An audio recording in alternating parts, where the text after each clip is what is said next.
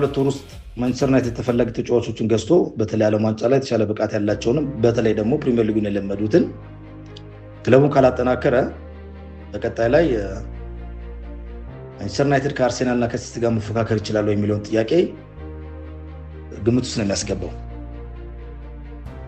እንዴት ለሚለው አብረን እንመልከት። እንደሚታወቀው በዚህኛው ዓለም ዋንጫ ላይ የአርሴናል ክለብ ተጫዋቾች ሀገራቸውን ወክለው እየተሳተፉ ያሉ ተጫዋቾች አሉ። የሲቲም እንደዛው። ለምሳሌ አርሴናል በእንግሊዝ ብሔራዊ ቡድን ውስጥ እንደነ ሳካ፣ ራይስን አስገብቷል። ይህ ደግሞ ማዶኬም በመጀመሪያው ጨዋታ ተጫውቷል። በተለይ ግን ማተኮር ፈልገው አርሴናል በእንግሊዝ ብሔራዊ ቡድን ውስጥ የመሃል አማካኝ ራይስና የኖቲንግሃም ፎረስቱን ኤሌት አንደርሰንን ነው እንግሊዝ ብሔራዊ ቡድን ቶማስ ቱኸል እየተጠቀመበት የመጀመሪያ ጨዋታ ላይ ከክሮኤሺያ ጋር። የራይስ ብቃት በጣም አመርቂና አስተማማኝ ደረጃ ላይ ነበረ። የኤሌት አንደርሰንም እዛው ደረጃ ላይ ያለ ብቃት ነው። ይሄ ከብሔራዊ ቡድን አልፎ እኔ እይታዬ ወደ ፕሪሚየር ሊግ ወስደውና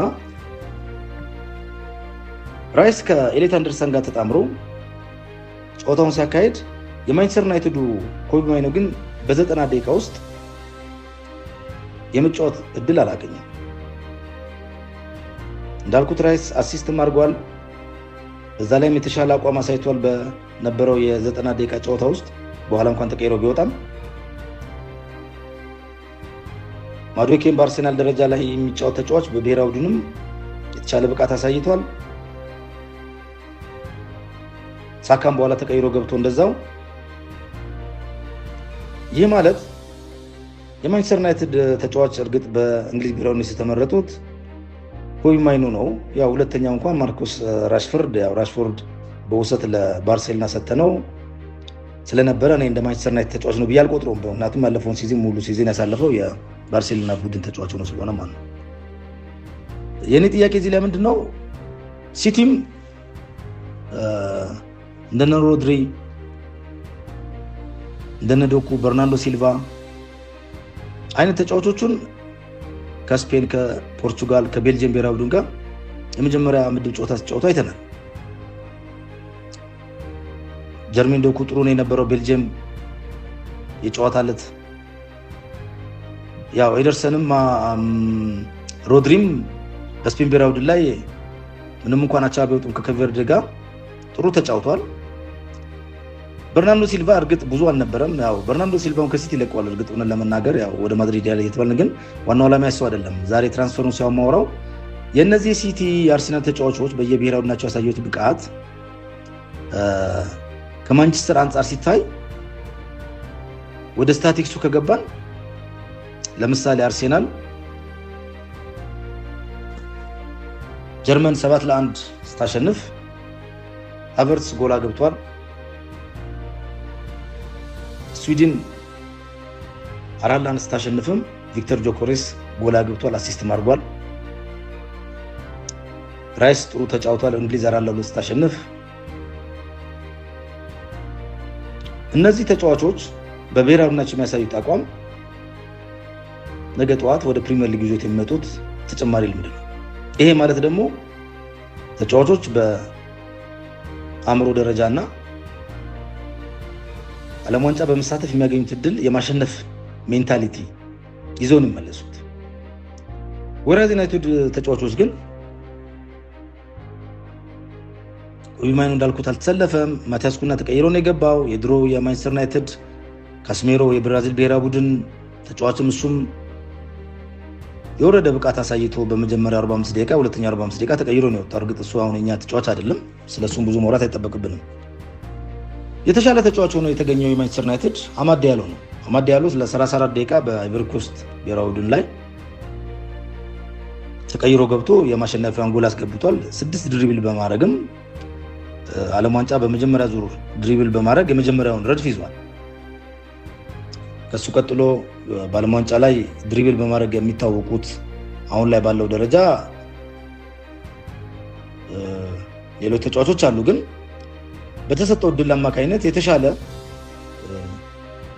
የድሪሊቪንግ እና ሲጀመርም የአሸናፊውን ጎል በማስገባት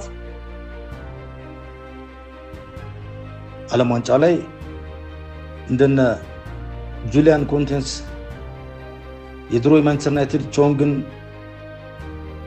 ካንግሊን የሳውዝ ኮሪያውን ወይ ደግሞ እንደነ ክሪስቲያን ፑልሲች የአሜሪካውን ከሱ ቀጥሎ ድሪብሊንግ በተሳካ ሁኔታ ያደረጉ ተጫዋች ናቸው። አማድ ዲያሎ በዚህ ዓለም ዋንጫ ላይ የተሻለ ብቃት አሳይቷል፣ ጎልም አግብቷል። ሁለተኛው ናዝራዊ ነው። ናዝራዊ ያው ሞሮኮ ከብራዚል ጋር አንድ እኩል በወጣችበት ጨዋታ ላይ በግራ በኩል ተከላካይ ሆኖ ተሰልፎ ጥሩ ተጫዋች ሆኖ አሳይቷል። እንደውም ናዝራዊ ምናልባት በዛ ጨዋታ ላይ ያሳየው ብቃት ማንቸስተር ዩናይትድ ምናልባት አሰልጣኝ አጠቃቀም ችግር ነው ወይስ ጉዳት እያስቸገረው ስለነበረው ነው ወይስ ናዝራዊ ብሔራዊ ቡድን ላይ ሲሆን የተሻለ ብቃት ያሳያል የሚለውን ጥያቄ እንዲፈጠርም የጫረብኝ ሁኔታ ነው ያየሁት። እናንተም የበለጠ አይታችኋል ብዬ አምናለሁ። እነዚህ የማንቸስተር እና የአርሴናል ተጫዋቾች ወደ ሲቲ ደግሞ ስመለስ የሲቲ ተጫዋቾች በተለይ እንደነ ሮድሪ፣ ዶኩ ጥሩ ምሽት አሳልፈዋል። እርግጥ ሲቲ 19 ተጫዋች ነው ያሳተፈው ዓለም ዋንጫ ላይ ብዙ ብሔራዊ ቡድን ውስጥ የሚጫወታል ተጫዋቾቹ። እነዚህ ተጫዋቾቹም ያሉት ግን ሲቲ የመሃል አማካይ ለማጠናከር እንግሊዝ ከክሮኤሺያ ጋር ተጫወት ኤሌት አንደርሰን እንዳያዩት የነበረው ብቃት ተጨማሪ ከነሮድሪ ጋር እንደነ ኤሌት አንደርሰን ለመግዛት ወደ ድርድር ከገባ ቆይቷል። የመጀመሪያ ኦፈርም አቅርቧል ወይ ደግሞ የዋጋ የግዢ ጥያቄም አቅርቧልና ይህንን ግምት ሳስገባ የአርሴናል ተጫዋቾች ብቃት የሲሲ ተጫዋቾች ዓለም አቀፍ የ26 ዓለም ዋንጫ ላይ ያሳያሉ ብቃት ግምት ሳስገባ ቅድም ለዚህ ቪዲዮ መስራት መነሻ የሆነኝን የማንቸስተር ዩናይትድ ተጫዋቾችስ የቱ ጋር ነው የመደቡት የሚለውን እንዳያርጉኛል። እውነተኛውንም የማንቸስተር ችግር እያጋለጠ ይሆን እንደ የዓለም ዋንጫ የሚል ጥያቄም ጭሮብኛል። በዚህ ዓለም ዋንጫ ውስጥ አርሴናል ለምንድን ነው የተሻለ ተጫዋቾችን ያፈራው ብዬ ሳስብ አርሴናል እርግጥ ቻምፒየንስ ሊግ ፋይናል የደረሰ ቲም ነው እንደምታውቁት። ባለፉት 7 ዓመታት ሚኬል አርቴታ የገነባው ቡድን ከጊዜ ወደ ጊዜ ብቃታቸው የሚያሻሽል ወጣት ተጫዋቾችን ይዞ በመጨረሻ ደግሞ የጎደሉትን የመሃል አማካይና ተደራቢ አጥቂ ገዝቶ ያው ፕሪሚየር ሊጉን ዋንጫ በልቷል። ቻምፒየንስ ሊግም ያው ለፍጻሜ ደርሷል። እንደዚህም ሆኖ ግን አርሴናል አሁንም ተጨማሪ ተጫዋቾች ለማስፈረም በአጥቂ በኩል ሁነኛ አጥቂ እየፈለገ ነው ያለው። የመሃል አማካኝንም ተደራቢ ተጨማሪ አማካይ ለማስፈረም የሞሮኮ ወጣቱን ብሔራዊ ቡድን ተጫዋች በዚህ ዓለም ዋንጫ ላይ ጎልት የወጣውን ቦዋዲንም እያነጋገረ ነው እየተባለ ነው። በዚህኛው ዓለም ዋንጫ ደግሞ እንደነ ሳሌባ ለፈረንሳይ ብሔራዊ ቡድን አመርቂ ጨዋታ ተጫውተዋል፣ እያሳዩን ያሉት ጥሩ ጨዋታ በመጫወት ራይስ እንዳልኩት የብሔራዊ ቡድኑ መሪ አማካይ ነው የነበረው። ስለዚህ የአርሴናል ፕሮጀክት አርሴናልን አልፎ ለብሔራዊ ቡድኖችም ጥቅም ሆነዋል ማለት ነው። የሲቲ ፕሮጀክት ከሲቲ ላለፉት 10 ዓመት ከገነባው የፕሪሚየር ሊግ ዳይናስቲ አልፎም ለብሔራዊ ቡድኖች የተጫዋቾችን ብቃት በማሻሻል በኩልና አሁንም ደግሞ የጎደለውን ለማጠናከር የተንቀሳቀሰ ነው የሚገኘው። ማንቸስተር ዩናይትድስ ብለን ስንጠየቅ እስካሁን ያለው ትልቁ አሸናፊ አማድ ዲያሎ፣ እሱም በቀጣይ ማይክል ካሪክ ቡድን ውስጥ ስሙን ለመገንባት በዚህ በተሰጠው እድል በ34 ደቂቃ ውስጥ የተሻለ ጨዋታ አሳይቷል። የቀጣይም የማይክል ካሪክ ፕሮጀክት ዋና ተዋናይ ይሆናል ተብሎ ይታሰባል። ምንም እንኳን አማድ ዲያሎ ማይክል ካሪክ ባረጋቸው 17 ጨዋታዎች ላይ ጎል ባያገባም የተሻለ ብቃት እንደ ሩበን አሞሪም በነበረበት ጊዜ ባያሳይም ከብራያን ምቡሞ ጋር ቦታ በመቃየርና ከብራያን ምቡሞ ጋር በመፎካከር የሚችለውን እያደረገ ነው የነበረው። በዚህኛው ዓለም ዋንጫ ግን አመርቂ ውጤት የቀጣይ የማይክል ካሪክ የፕሮጀክቱ ማዕከል መሆን እንደሚችል እያሳየን ያለው። ሁለተኛው ቅድም እንዳልኩት ናዝራዊ ነው። ያው ናዝራዊም በቀኝ በኩል በሞሮኮ በብራዚል ጋር ጥሩ ተጫውቷል።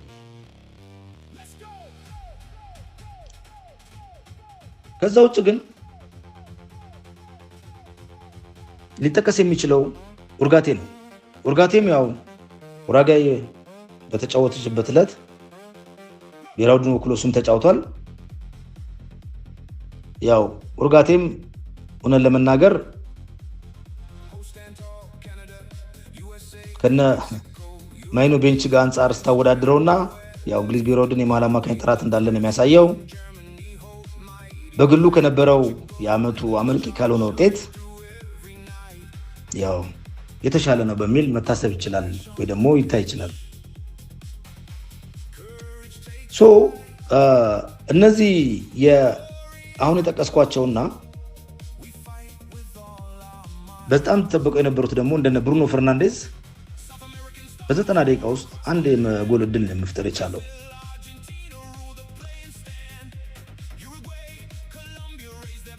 ማቲያስ ኩና ብሔራዊ ቡድን ገብቶ የብራዚል ብሔራዊ ቡድን ተጫውቶ ያው እዚህ ግባ የምትለው እርግጥ ማቲያስ ኩና ከገባ በኋላ የብራዚል ብሔራዊ ቡድን የተሻለ ተጫውቷል።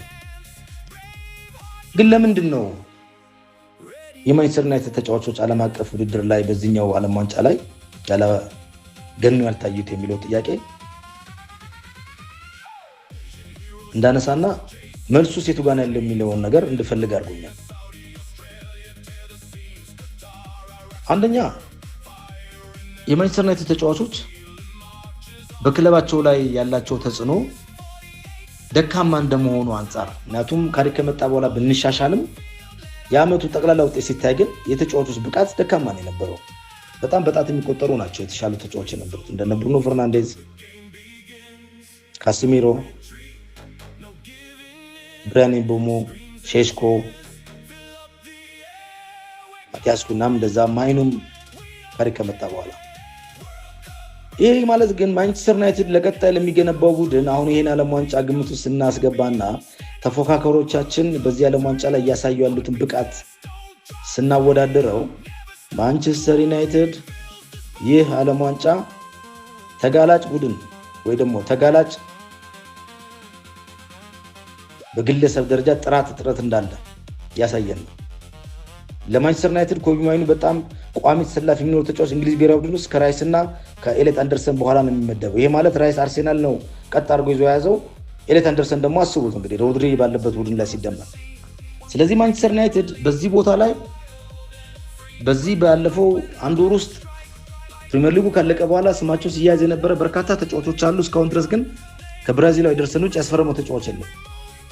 ስለዚህ ይሄ ለማይክል ካሪክ ትልቅ ራሱን የቻለ መልእክት ነው ብዬ ነው የማስበው። ለኛ ለዩናይትድ ደግሞ የሚቀጥለው ዓመት እንገነባዋለን ለምንለው ቡድንም እንሳተፍባለን ለምንለው የቻምፒየንስ ሊግም ትልቅ ክፍተት እንዳለብን ነው የሚያሳየው። ኤስፔን ትላንትና ባወጣው መረጃ መሰረት በዓለም ዋንጫ ላይ ከተሳተፉ ተጫዋቾች በብሔራዊ ቡድናቸው ማለት ነው 10 በክለቦቻቸው ያላቸውን ደረጃ አውጥቶ ማንቸስተር ውስጥ ከአውሮፓ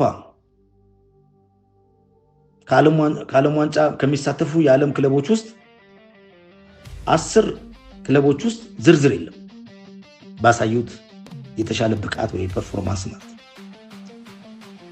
ይባስ ብሎም ከአምስቱ እንግሊዝ ፕሪሚየር ሊግ የሊቨርፑል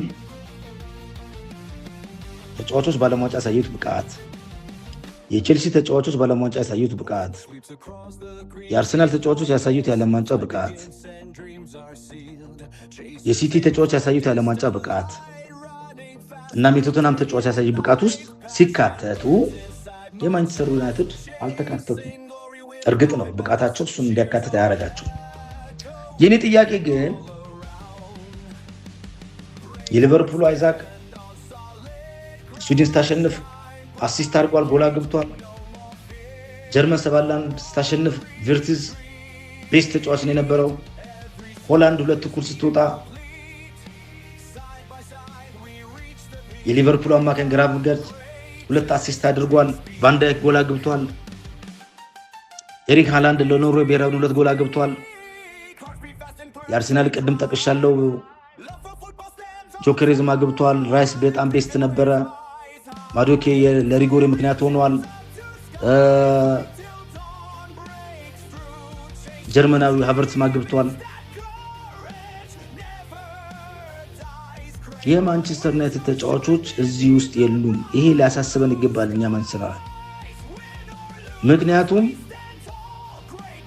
የተገነባው ቡድን ጠንካራ መሃል አማካይ ወይ ጠንካራ አጥቂ ቢሆን ኖሮ በዚህኛው ዓለም ዋንጫ ላይ ሻይን ማድረግ የሚችሉ ተጫዋቾች በማንቸስተር ዩናይትድ ክለብ ውስጥ ያሉ የብሔራዊናቸውን ወክለው የሚጫወቱ እናይ ነበር። አላየንም። ጭራሽ የዓመቱ ምርጥ ተጫዋች ብሩኖ ፈርናንዴዝ ራሱ ምናልባት የሱ ጉዳይ እንኳን ከታክቲካል ቤልጅየም ብሔራዊ ቡድን ከሚከተለው ታክቲክ አንጻር ይመስለኛል እሱም ለትችት እንጂ ለእንትን አልተዳረገም። ለአደለም ሊሞገስ ከትችት አላመለጠም። ያው እንዳልኩት በ90 ደቂቃ ውስጥ አንድ የጎል ሙከራ ወይ ደግሞ ወደ ጎል የሚሆን እንትን ያደረገው። ሌላኛው ከዚህ ምን እንማራለን ነው ወይ ደግሞ ማይክል ካሪክ ከዚህ ምንድን ነው የሚማረው? ለቀጣይስ ምን ማድረግ አለበት? ስለዚህ ዓለም ዋንጫው በእኔ በኩል 3 ነገሮችን አሳይቶኛል። አንደኛው ተጨማሪ አማካኝ እንደሚያስፈልገን ነው። እርግጥ እናውቀዋለን ከዚህ ዓለም ዋንጫ በፊት ግን ብቃታቸው ጣሪያ ነካ። ለቀጣይ ማደግ የሚችሉ ለፕሪሚየር ሊጉም ለቻምፒየንስ ሊግም ለምንወዳደርበት ውድድር የሚመጡ እነዚህ ተጫዋቾች እንደነ ኤሌት አንደርሰን፣ እንደነ ሳንድሮ ቶናሊ፣ እንደነ ቹዋሜኒ የመጀመሪያ ረድፍ ያሉ ተጫዋቾች እስካሁን ድረስ ማንቸስተር ዩናይትድ በተጨባጭ ድርድር አደረገ የሚባል ተጫዋች ውስጥ የለም። ይባስ ብሎ ዋጋቸው ውድ ነው እየተባለ ከተጫዋቾች ድርድር በቀጥታ ተፎካካሪ ገዢ እንዳይሆን እየወጣ ነው ያለው። ኤሌት አንደርሰን የግዢ ጨረታ ወጥቷል እንደምናውቀው። ስለዚህ ብቃት ያላቸው በቁጥር 1 ደረጃ የሚመደቡ በትንሹ ከነዚህ 3ቱ አንድ አማካኝና እንደነ ማቲያስ ፈርናንዴዝ የዌስት ሃሙ ለቀጣይ 10 ዓመት የሚያገለግሉ ነው አይነት ተጫዋቾች እንደነ አሌክስ ስኮት የቦርንማውዙ ማስፈረም መቻል አለብን። ሁለተኛው በግራን ክፍ በኩል የሉክ ሾው ተተኪ ክፍተት አለ። ስለዚህ ይህን ክፍተትም ለመሙላት ማይክል ካሪክ እንደነ ናትናኤል ብራውን የኢንትራ ፍራንክፈርቱ የጀርመን ብሔራዊ ቡድን የግራ ክንፍ ተከላካይ በጀርመን 7 ለ1 ስታሸንፍ 1 ጎል እና 1 አሲስት ያደረገ ወይ ደግሞ እንደነ ሉዊስ ሆል የኒውካስትሉ ወይ ደግሞ የፉልሃሙ አንድ ሮበርትሰን አይነት ተጫዋቾች መግዛት መቻል አለበት። ሶስተኛው ያየሁት ክፍተትና የዓለም ዋንጫ ከማንቸስተር ዩናይትድ ጋር ያሳየን ነገር እንደነዚህ ርክዚ ብሔራዊ ቡድናቸው ላይ ያው በቋሚነት ሊገቡ አልቻሉ። ስለዚህ ተደራቢ አጥቂ ያስፈልገዋል ማለት ነው ማንቸስተር ዩናይትድ። እርግጥ ሼሽኮ ያው ብሔራዊ ቡድን ስላላለፈ አይሳተፍም፣ ግን ተጨማሪ አጥቂ ያስፈልገዋል። እነዚህ ነገሮች ማይክል ካሪክ ካልጨመረ በስተቀር በቀጣይ በፕሪሚየር ሊግና በቻምፒየንስ ሊግ በኤፍኤ ካፕ በካርሊንግ ካፕ በምንወዳደረው ውድድር ተፎካካሪ መሆን አንችልም። ዩናይትድ በተጫዋቾች ጊዜ ሊያሸንፍ ወይ ደግሞ ሊገዛ ይችላል ወይ? አዎ ይችላል። አሁን ባለው ሁኔታ ግን አልገዛም። እውነታው ይሄ ነው። በግዢ ደረጃ ሲቲ አሁንም ቀዳሚ ነው። ምክንያቱም ኤሌት አንደርሰን 121 ሚሊዮን ፓውንድ ድረስ አቅርቧል። እስከ 130 ሚሊዮን ፓውንድ አቅርቦ ይገዛዋል። አርሰናልም የተረጋጋ ፕሮጀክት ነው የያዘው። ተጨማሪ ተጫዋች እንደሚያስፈልገው ያውቃል። እሱም ጥራቱን ለቻምፒየንስ ሊግ ለመቀጠል ለማስቀጠልና ቻምፒየንስ ሊግ ለመብላት ካልሆነ ለፕሪሚየር ሊጉ በቂ ስኳድ አለው። ግን ደግሞ እንዳልኩት ቅድም ቦዋዲን የሞሮኮውን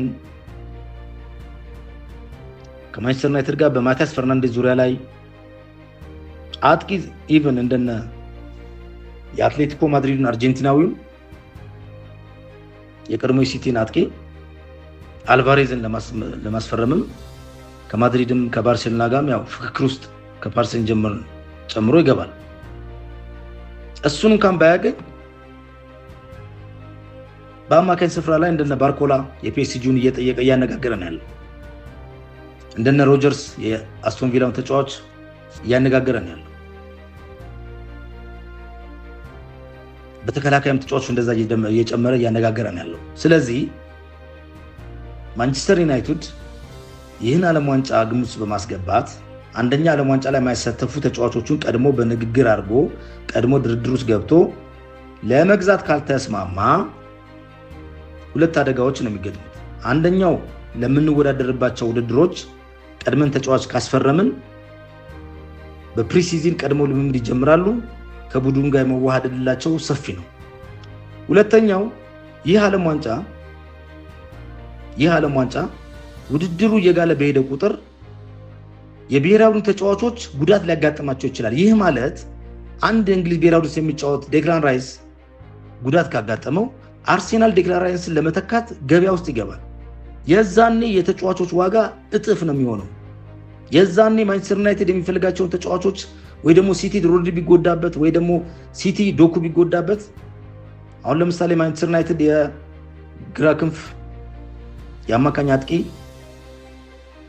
እንደነ የዌስትሃሙ ሰመርቪልን ለመግዛት እየተነጋገረ ነው እየተባለ ነው። ሰሞኑ 50 ሚሊዮን ፓውንድም ዌስትሃም ዋጋ አስቀምጦለታል። ግን እነዚህ ተጫዋቾች አሁን ላይ ቶሎ ብለው ወደ ማንቸስተር ዩናይትድ ካላስፈረምናቸው ነገ ጠዋቱ ዓለም ዋንጫው እየገፋ በሄደ ቁጥር አይደለም የእንግሊዝ ፕሪሚየር ሊግ ውስጥ ያሉ ክለቦች ይቅርና የስፔን ላሊጋ ውስጥ ያሉ፣ የጀርመን ቡንደስሊጋ ውስጥ ያሉ፣ የፈረንሳይ ሊግ ውስጥ ያሉ ክለቦች ተጫዋቾችን በግዴታ የመግዛት ጊዜው ሲገቡ እኛ የምንፈልጋቸው ተጫዋቾች የማግኘት እድላችን እየጠበበ፣ ሁለተኛ ነገር ደግሞ ማወቅ ያለብን እኛ ማንቸስተር ዩናይትዶች ገና ፕሮጀክታችን ያልተረጋገጠ ፕሮጀክት ነው።